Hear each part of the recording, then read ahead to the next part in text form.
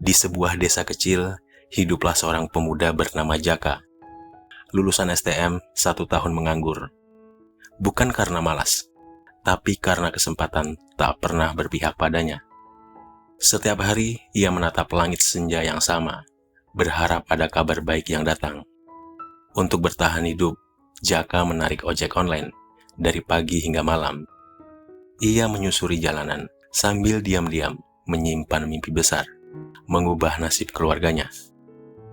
Hingga suatu hari di layar ponsel sederhana miliknya, ia menemukan sebuah lowongan kerja sebagai montir di kota. Tanpa ragu, ia menjual kambing milik keluarga. Itulah harga dari sebuah harapan. Di kota, Jaka diterima bekerja di sebuah bengkel mobil. Tidak besar, tapi cukup ramai.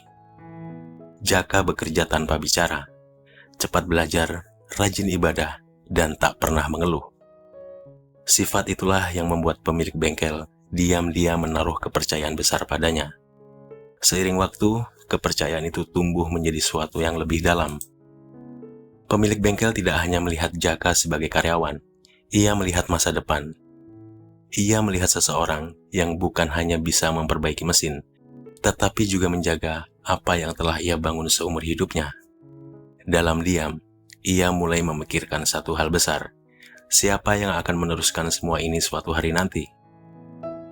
Jaka tinggal di kontrakan kecil dekat bengkel.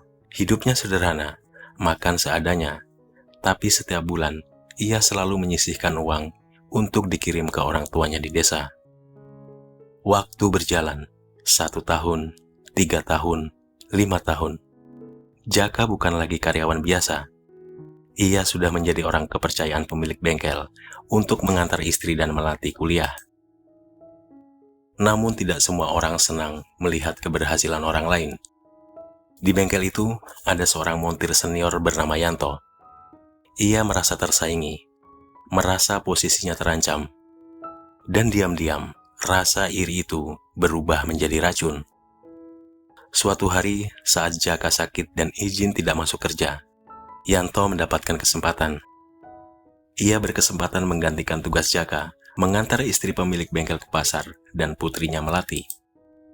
Di dalam mobil, Yanto mulai menanamkan racun, menceritakan hal-hal buruk tentang Jaka, membelokkan fakta, mengubah kebaikan menjadi kecurigaan.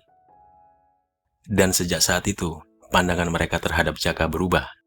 Sebelum lanjut, saya ingin meminta pendapat kalian. Jika kalian ada di posisi Jaka, apa yang akan kalian lakukan? Jangan lupa klik like dan subscribe. Waktu berlalu, Melati tumbuh menjadi wanita dewasa. Lulus kuliah, bekerja, dan menemukan cinta. Namanya Andi, pria mapan, terlihat sempurna. Tanpa ragu Melati memilihnya. Padahal, ayahnya diam-diam memiliki rencana lain. Ia ingin menjodohkan Melati dengan Jaka. Bukan karena kasihan, tapi karena ia tahu siapa Jaka sebenarnya. Namun cinta seringkali menutup logika. Bukan sekedar menjodohkan. Ayahnya berencana mengangkat Jaka bukan lagi sebagai montir, tetapi sebagai penerus setelah ia menikah dengan anaknya. Sebagai orang yang kelak akan memegang kendali bengkel, bahkan seluruh usaha yang ia bangun dari nol. Dan lebih dari itu, ia ingin memastikan satu hal, bahwa anak perempuannya tidak hanya menikah dengan pria mapan, tapi pria yang tahu cara bertahan saat hidup sedang sulit. Karena bagi ayahnya, kekayaan bisa hilang, tapi karakter tidak. Namun akhirnya Melati menikah dengan Andi, dan meninggalkan semua kemungkinan yang seharusnya ia pilih.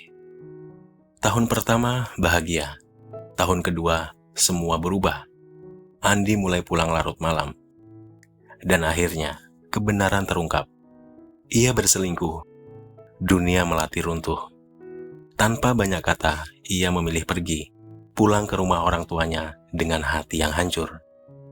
Di rumah, ayahnya hanya berkata pelan, "Ayah sudah bilang, dia bukan pilihan yang tepat."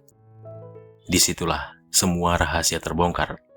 Tentang Jaka, tentang fitnah Yanto, dan tentang alasan mengapa ayahnya sangat mempercayainya. Tak lama setelah itu, Yanto dipecat, dan kebenaran akhirnya menang. 1 tahun berlalu, waktu memberi ruang untuk menyembuhkan luka. Dan di saat yang tak disangka, Melati melihat Jaka bukan lagi sebagai montir sederhana, tapi sebagai pria yang setia, sabar, dan tulus. Mereka menikah, bukan karena paksaan, bukan karena rencana, tapi karena takdir yang akhirnya menemukan jalannya. Karena pada akhirnya, yang tulus mungkin akan kalah di awal, tapi tidak akan pernah kalah di akhir.